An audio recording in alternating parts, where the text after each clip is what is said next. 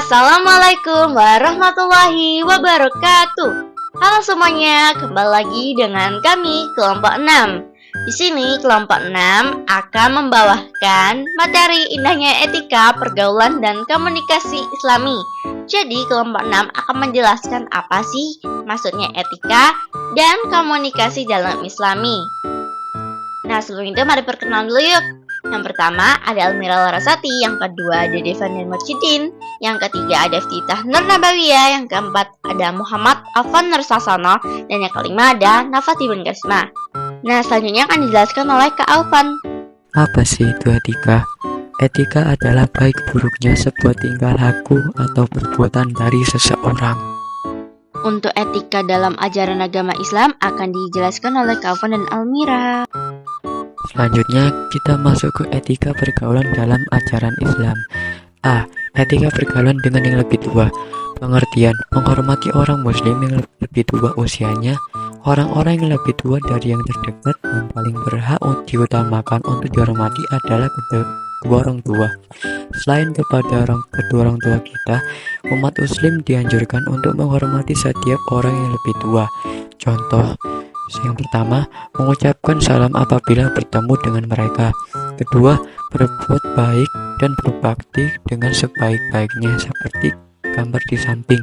Ketiga, bersikap rendah hati kepada mereka.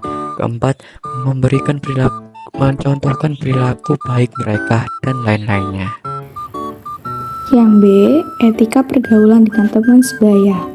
Pengertiannya yaitu hubungan interaksi sosial yang didasarkan pada persamaan usia, status sosial, kebutuhan serta minat yang seiring berjalannya waktu akan membentuk pertemanan atau persahabatan. Contohnya, yang pertama, mengucapkan salam apabila bertemu. Yang kedua, saling menjaga dan memberi nasihat. Dan yang ketiga, saling mengajak melakukan kebaikan. Yang keempat, menjaga keharmonisan hubungan pertemanan dan lain-lain. Lalu di sini ada etika pergaulan dengan yang lebih muda. Pengertiannya yaitu etika pergaulan dengan orang yang lebih muda menurut Islam mencakup menghormati dan bersikap santun kepada mereka, membimbing dengan penuh kasih sayang, serta menolong mereka yang membutuhkan. Islam melarang membeda-bedakan seseorang berdasarkan umum atau status sosial dan menganjurkan umatnya untuk saling menolong dalam kebaikan. Contohnya, yang pertama, sikap penuh kasih sayang. Yang kedua, menolongi jika dibutuhkan. Yang ketiga, memanggil dengan panggilan yang sopan, dan lain-lain. Etika pergaulan dengan lawan jenis. Pengertian: etika pergaulan dengan lawan jenis dalam Islam dapat dipahami sebagai tata cara bergaul dengan lawan jenis serta batas-batasannya yang sesuai dengan hukum dan aturan-aturan dalam Islam, yaitu berdasarkan pada Al-Quran dan hadis. Contoh etika pergaulan dengan lawan jenis yakni seperti: yang pertama, tidak bersentuhan fisik. Yang kedua, menjaga pandangan. Yang ketiga, meminta izin kepada orang tua. Dan yang terakhir, menghindari tempat-tempat yang sepi, dan lain-lain.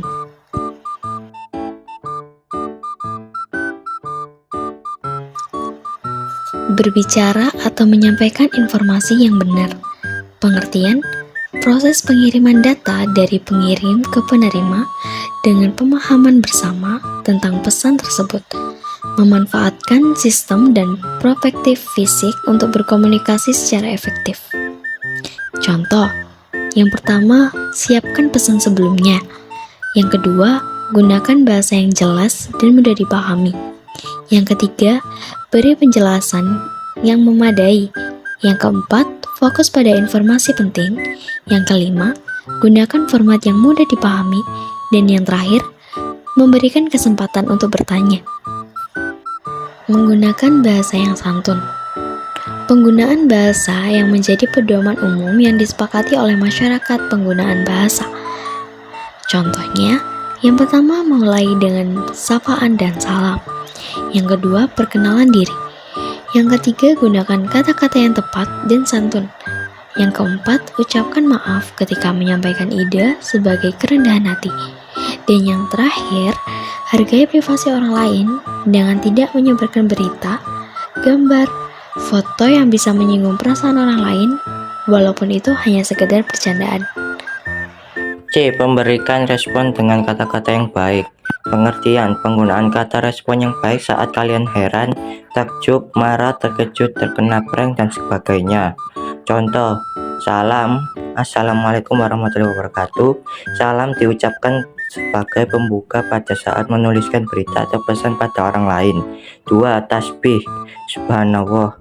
Tasbih diucapkan atau dituliskan ketika kagum atau heran terhadap sesuatu. Masya Allah diucapkan ketika melihat sesuatu yang indah dan kagum. Tahmid, alhamdulillah. Tahmid merupakan rasa syukur pada Allah Subhanahu wa taala, diucapkan ketika mendapatkan rezeki, nikmat, dan lain-lain. Kelima, istighfar, astagfirullah. Istighfar dibaca ketika melakukan kesalahan kepada orang lain atau berbuat dosa kepada Allah Subhanahu wa taala dan lain-lain.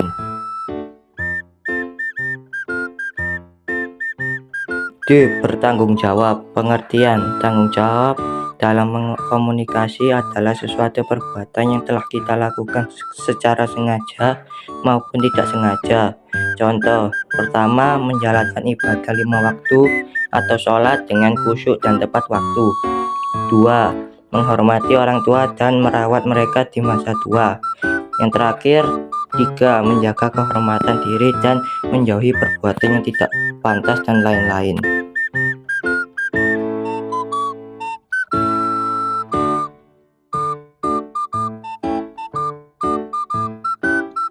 Selanjutnya, saya akan menjelaskan hikmah menerapkan etika pergaulan dan komunikasi Islami.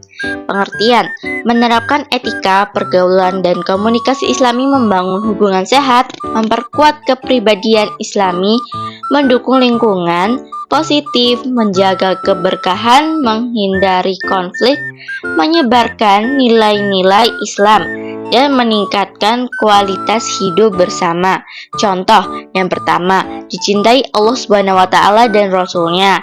Yang kedua, mendatangkan pahala dari Allah Subhanahu wa taala. Yang ketiga, menjadi kepribadian disegani, dihormati, dan disenangi oleh orang-orang lain.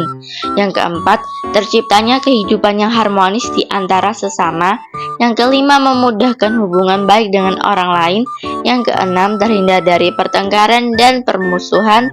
Yang ketujuh, terhindar dari perbuatan maksiat dan dosa. Nah, dari 3 materi yang tadi yang sudah dijelaskan, apakah ada yang kurang paham? Jika ada yang kurang paham, bisa bertanya di kolom komentar dan kami akan membantu menjawabnya. Mohon maaf jika ada salah kata atau kurangnya informasi. Sekian dan terima kasih. Wassalamualaikum warahmatullahi wabarakatuh.